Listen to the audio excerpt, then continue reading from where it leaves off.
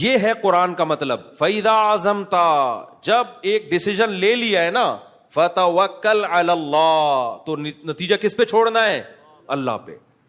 یہ توکل کی کمی ہے, اللہ پہ اعتماد ہی نہیں ہے. بھائی جب فیصلہ کر لیا تمام پہلوؤں سے, ایسی کی تیسی, دیکھا جائے گا کیا ہوگا, بھائی دیکھ لیں گے یار, اللہ ہے نا, اللہ بھی تو کچھ کرے گا, سارا خود ہی کرنا ہے, کیا خیال ہے؟ اللہ بھی تو, اللہ کے لیے کر رہے ہو نا ایک کام, تو کچھ اللہ پہ چھوڑو یار. صبر کی توفیق بھی اللہ کی طرف سے ملتی ہے. دیکھو ابو سعید خدری رضی اللہ تعالیٰ عنہ چھوٹے بچے تھے, غزوہ احد جس کا بھی واقعہ چل رہا ہے, ان کے خاندان کے سارے مرد اس غزوہ میں شہید ہو گئے, باپ بھی شہید, بھائی بھی شہید. اب کمانے والا گھر میں کوئی بھی نہیں بچا, گھر میں فاقے آنا شروع ہو گئے. تو ان کی والدہ نے کہا کہ بھائی سب جا کے نبی سے پیسے مانگ رہے ہیں صدقے کے, آپ بھی جا کے مانگو, اور یہ نبی کے حکم پہ ہی ہوا ہے نا سب کچھ. تو جو بھی آتے کہ بھئی ہمارے بھائی شہید ہو گئے, ہمارے باپ شہید ہو گئے, گھر میں فاقے پڑ رہے ہیں, تو آپ صلی اللہ علیہ وسلم ان کو صدقے کے پیسے دے دیتے کہ چلو جی تم لو. لیکن جن کے بارے میں نبی سمجھتے تھے نا کہ ان میں خوب توکل ہے, ان کو نبی نے نہیں دیے. جب ابو سعید خدری چھوٹے بچے تھے, یہ نبی کے پاس آئے اور کہا کہ یا رسول اللہ, گھر میں فاقے ہیں, میرے بھائی بھی شہید. یار دیکھو, جس لیڈر کے کہنے پہ شہید ہوئے ہیں, اگر آج کسی کے کہنے پر آپ کا باپ, آپ کا بھائی شہید ہو جائے اور آپ اس کے پاس جاؤ اور پیسے مانگو, اور وہ جواب میں یہ کہے جو نبی نے کہا, مَن يَتَصَبَّرْ يُصَبِّرْهُ اللَّهُ, جو اللہ سے صبر مانگتا ہے اللہ اس کو صبر دیتا ہے.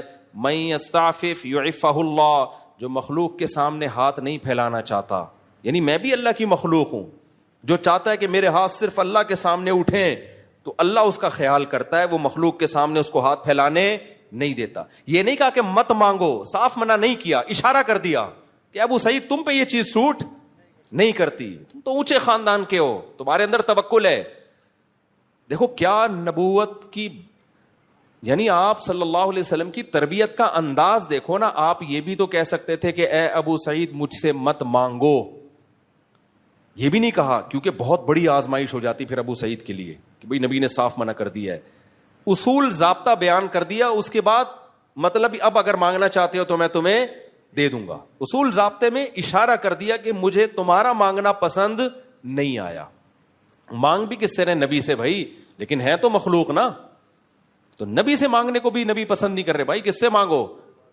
اور ابو سعید خدری کا ایمان کا لیول دیکھو آپ. میں کہتا ہوں آج میرا کوئی لیڈر ہو جس کے لیے میں اپنا سب کچھ کٹا دوں, اور میں دیکھ رہا ہوں کہ وہ سب کو پیسے بھی دے رہا ہے اور مجھے ٹکا, یعنی یوں ہمارے لحاظ سے وہ ٹکا سا جواب, ہم کم ظرف لوگ ہیں نا, ہمارے لحاظ سے وہ ہمیں جواب دے دے اور کہے کہ صبر کرو اللہ کھلائے گا, صبر کرو اللہ پلائے گا, تو میرے کیا جذبات ہوں گے؟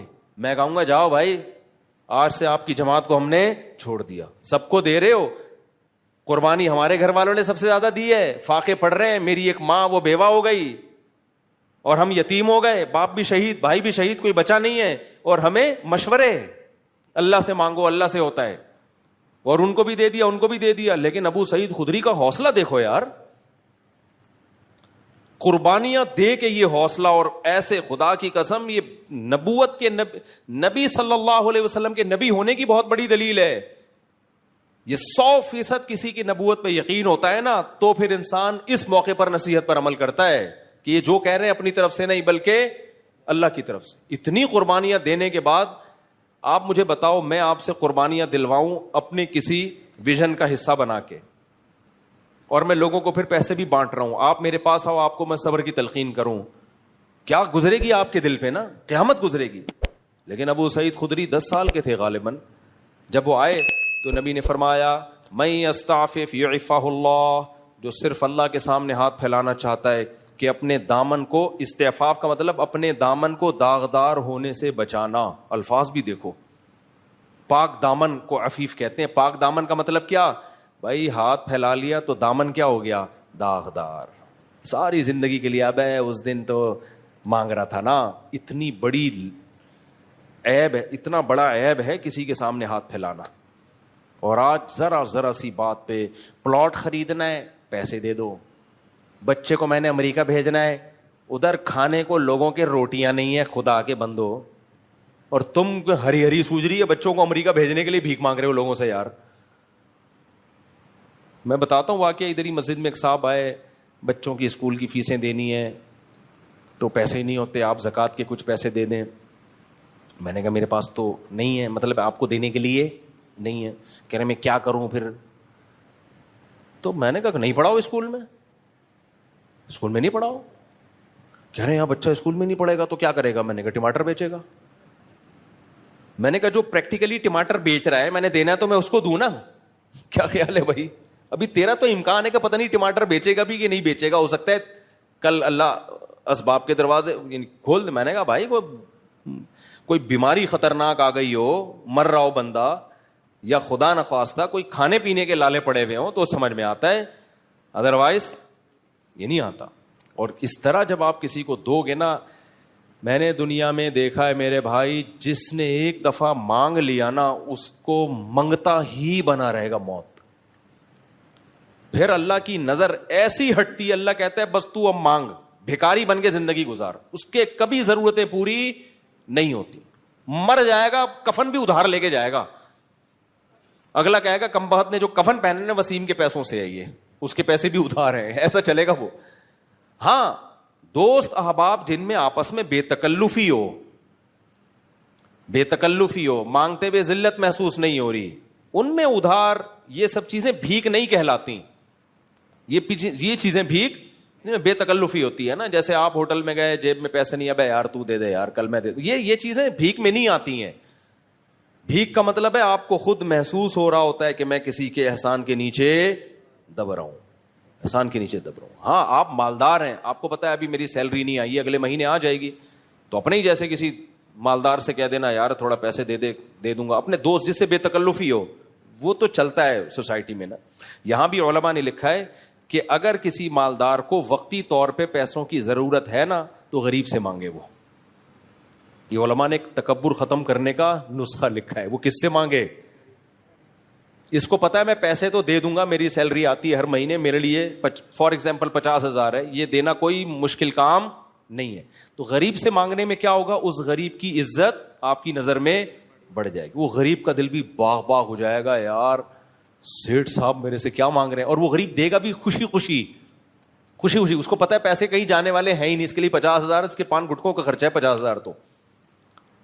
تو علماء نے لکھے, ہم نے مدرسوں میں دیکھتے تھے کہ ہمارے مدرسوں میں کچھ مالدار طلبہ تھے, بڑے مستغنی, ان کو کبھی ضرورت ہوتی غریب طلبہ سے مانگ رہے ہوتے تھے. تو وہ غریب خوش کے نا اپنی جیب خرچی بچا کے کہہ رہا اچھا یار ہم سے لو, یہ ہمارا کیا بنے گا ریلیشن. تو لیکن غریب کو چاہیے ایسا نہ ہو کوئی بھی سوٹ ٹائی میں آ کے پیسہ مانگے, آپ میرے بیان کی وجہ سے اس کو دے دو. کوئی بھروسہ نہیں ہے یہ اپنی ہو یا کسی سے ادھار لی بھی اس نے, پتا ہو کہ واقعی کیا ہے یہ مالدار آدمی, اس کے لیے 40-50,000 1,00,000 کی کوئی ویلیو ہے نہیں. باپ اور بھائی سے مانگنا, بھائی وہ باپ سے بے تکلفی اور بھائی سے اگر بے تکلفی ہے تو پھر ایک جیسے بے تکلفی معاملات, باپ تو باپ ہے نا, وہ تو ساری زندگی مانگتا ہی رہتا ہے انسان, اس سے مانگنے میں کوئی حرج نہیں ہے. لیکن اس کو اتھارٹی دو کہ چاہے تو پیسے دے چاہے تو تھپڑ دے, اس کی مرضی ہے. تو باپ سے مانگنے میں کوئی حرج نہیں ہے. یہ تو بے تک ماں ہے. ہمارے حضرت فرمایا کرتے تھے احسان پتہ ہے کس کا لینا ہے, باپ کا, ماں کا, اپنے کوئی پیر و مرشد ہو, مینٹور ہو آپ کا کوئی جس سے آپ ہدایت لیتے ہو, اور استاذ کا. یہ 4 افراد کے سوا کسی کے احسان کے نیچے نہیں آنا. وجہ اس کی ہے کہ ان کو اللہ نے محسن ویسے ہی بنا دیا ہے. ان کے سامنے فنٹر گیری, اچھا ہو گیا آپ نے سوال پوچھ لیا, ان کے سامنے تکبر نہیں کرنا ہے. ابا آپ کو پیسے دے رہے ہیں, لے بیٹا. ابا انسان وہی اچھا ہوتا ہے جو صرف کس کے سامنے ہاتھ پھیلائے, اللہ کے. باپ کہے گا کمبخت 25 سال کا ہو گیا, میرے ٹکڑوں پہ ہی پلا ہے تو, 1 روپے بھی تو نے اپنی جیب سے تعلیم میری, پراٹھے صبح میرے پیسوں سے کھاتا ہے, گیس بجلی کا, اور آج میں تجھے کہہ رہا ہوں یہ لے بائک خرید لے. کہہ رہا ہے ابا مفتی صاحب نے بیان میں کہا ہے کہ جو مخلوق کا محتاج ہوتا ہے نا, ساری زندگی اللہ اس کو مخلوق کے در کا محتاج بنا دیتے ہیں. تو ابا سے ایسا کہو گے نا تو پھر ابا کی طرف سے کیا آنا چاہیے, چپیڑ. تو باپ ہو گئی, ماں سے تو ہم تو اتنا مانگتے تھے اپنی اماں سے, بھائی ہمارے ابا جب چپیڑ لگاتے تو اماں کے پاس چلے جاتے تھے. تو اماں ابا کا معاملہ اور ہے, لیکن اتنا نہ مانگو کہ وہ ان کو پتلون بیچنی پڑے اپنی بازار میں جا کے, بعض اولاد تنگ کرتی ہے نا. تو اچھا سوال پوچھ لیا آپ نے. تو جن سے جو بڑے رشتے ہوتے ہیں نا, باپ ماں, یہ تو ویسے ہی محسن ہیں. ان سے اگر آپ پان گٹکے کے پیسے نہیں لوگے تو کوئی ان پر احسان نہیں ہوگا, انہوں نے اس سے زیادہ, بہت زیادہ آپ پہ خرچ کر دیا ہوتا ہے, تو وہ الگ معاملہ ہے. ہاں, بڑا بھائی بھی اس میں داخل ہے. اب بڑے بھائی سے ریلیشن کس نوعیت کا ہے, یہ ہر جگہ ایسا بے تکلفی نہیں ہوتی نا. بڑے بھائی سے اگر ریلیشن اچھا ہے, بعض بڑے بھائی تو خوش ہوتے ہیں چھوٹا مانگے, وہ تو خوش ہوتے ہیں کہ یار ہمیں باپ سمجھ رہا ہے, ہمیں جو ہے نا ویلیو دے رہا ہے. تو یہ اچھا سوال پوچھ لیا آپ نے. تو بڑے اپنے وہ ایک الگ بات ہے, سمجھتے ہو کہ نہیں سمجھتے, باقی کسی کا احسان نہیں لینا. تو جلدی سے بات کو سمیٹ کے ختم کرتا ہوں میں. تو قوائف کیا کرنے, پورے کرنے کسی بھی چیز کے جو اللہ نے بتائے. تو پازیٹیو نیگیٹو تمام پہلوؤں پہ غور کرنے کے بعد جب آپ ایک رزلٹ پہ پہنچے تو قرآن کیا کہتا ہے, پھر کانفیڈنٹلی وہ کام کرنا ہے, کپ کپاتی ٹانگوں کے ساتھ نہیں کرنا.